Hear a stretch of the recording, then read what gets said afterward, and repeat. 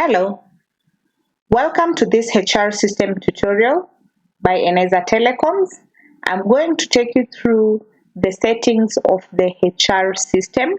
This is mostly used by the administrator that has been given rights to the system.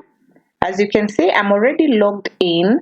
So once logged in, you just click on HR and payroll on the left hand side of the screen. Once clicked on HR and payroll, we look at the options given at the top and we go to the far end on the right hand side of the screen and click on settings. Having clicked on settings, we can see here on the left side of the screen there is a list of departments, the leave types and the branches.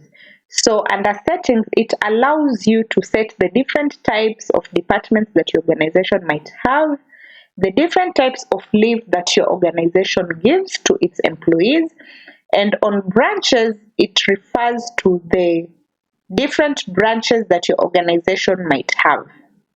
So it could be just one branch, or if it has several, then it gets to provide for it, and you're going to name it here under the settings. So we are going to start with departments.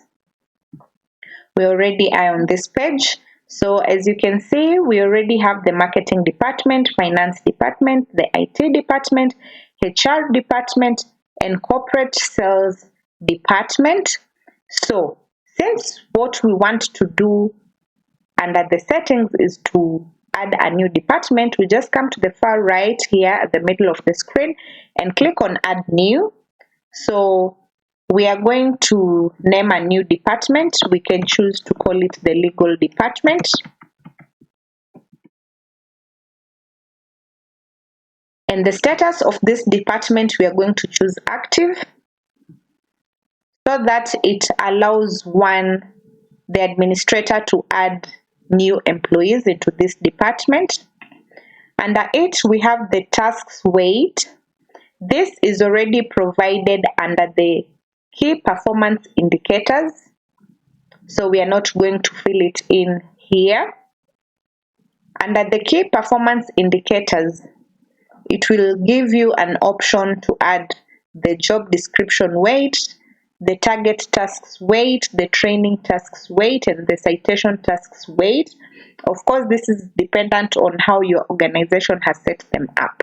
So since what we are learning right now is how to add a new department into the system, and our new department we've added right now is the legal department, then we are going to come at the bottom of this new page it had opened for us and click on save department.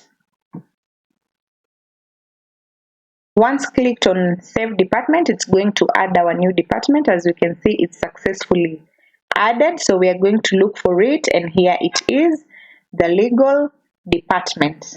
If you want to see more details about it, then you just click on this eye icon, then it shows you more details about the department. Next, we are going to check on how to set the different types of leave in your organization. So we click on leave types on the left side of the screen. Having clicked on leave types, as you can see, we already have the annual leave and the maternity leave. The number of days for the annual leave is 21. The maternity leave has been given 90 days. So we are going to add a new type of leave into our organization. In this case, we can choose to go for sick leave because it's not provided here and it's equally necessary. So we come to the right side of the screen at the middle and click on add new. Once clicked on add new, we name our leave type, which is sick leave in this case. And then we give it the number of days that our organization chooses to give to its employees for sick leave. So we can say maybe 14 days. This is annually. And then right under there's the part for gender. So in this case, we are going to choose all as the option. The reason for choosing all is because both male and female have the right to access this kind of leave.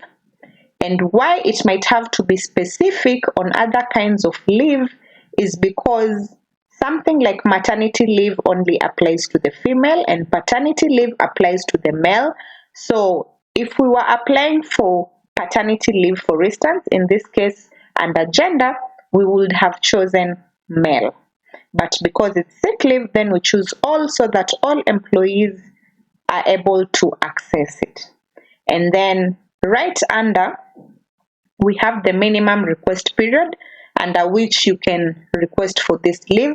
So some organization, depending on the kind of leave, they might want you to request a bit earlier or in advance. And in this case, since our type of leave is the sick leave, then we assume that sometimes it could be an emergency, and therefore we will not give it a minimum request period, and therefore we are going to indicate 0. And right under, there's the part for status of this type of leave. We are going to make it active, so we click on active. The reason for clicking on active is so that should an employee wish to apply for this particular leave, then they'll be in a position to do that. Right under, there's a part for acquired monthly and whether it requires an attachment. So our sick leave will not be acquired monthly, unlike the annual leave.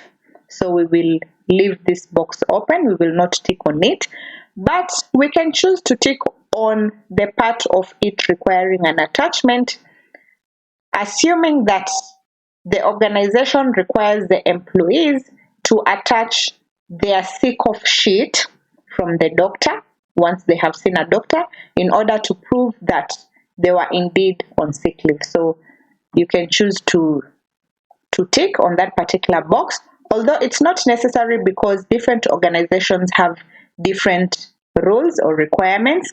So having done this and having added our new type of leave, which is sick leave, then we are going to save it and add into the system. So we are going to click on save leave type down here. Having clicked on the save leave type, we can see we have successfully added our type of leave, and it's listed here in sick leave.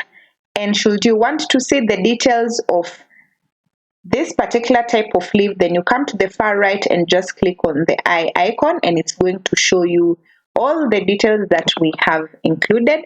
And they are also listed here, which is the number of days being 14, the status is active, and the gender is all. The details are provided here. Then lastly, we are going to click on branches. Having clicked on branches, as you can see, we already have one branch, which is the headquarters. But because we want to learn how to add a new branch, then we come to the far right at the middle of the screen and click on add new. So we are adding a new type of branch. So we can assume that the organization has opened a branch in, say, Mombasa. So we are going to call it Mombasa branch. And then country, we will say Kenya. If it's in a different country, of course, you're going to indicate accordingly. And under county, it's under Mombasa County. Then you can give it a physical address in terms of maybe the name of the building and the street. So we can say XYZ house,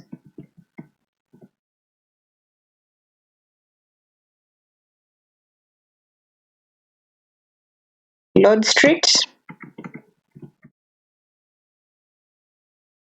and then the phone number of that particular branch, the main phone number, which if you call, you're going to get access to the front office person.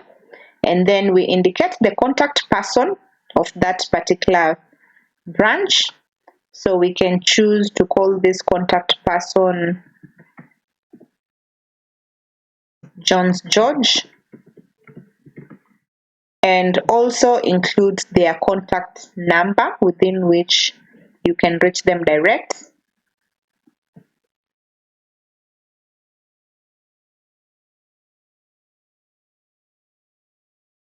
and then thereafter we indicate the status of our branch. So if it's already active and there are already employees there, then we choose active as the status. If it has not been opened yet, then you can simply leave it at inactive. So having filled in all the details, we are going to come down here and click on save branch. Down here we click on save branch in order to save our new branch for the organization. As you can see, we have successfully saved our branch and it's already listed here, Mombasa branch, the country within which it is, and the county, and all other details. Should you wish to see further details, then you just click on the eye icon and it's going to show you all the details of this particular branch. Thank you for watching this tutorial on settings of the HR system. Please don't forget to subscribe and watch out for other tutorials.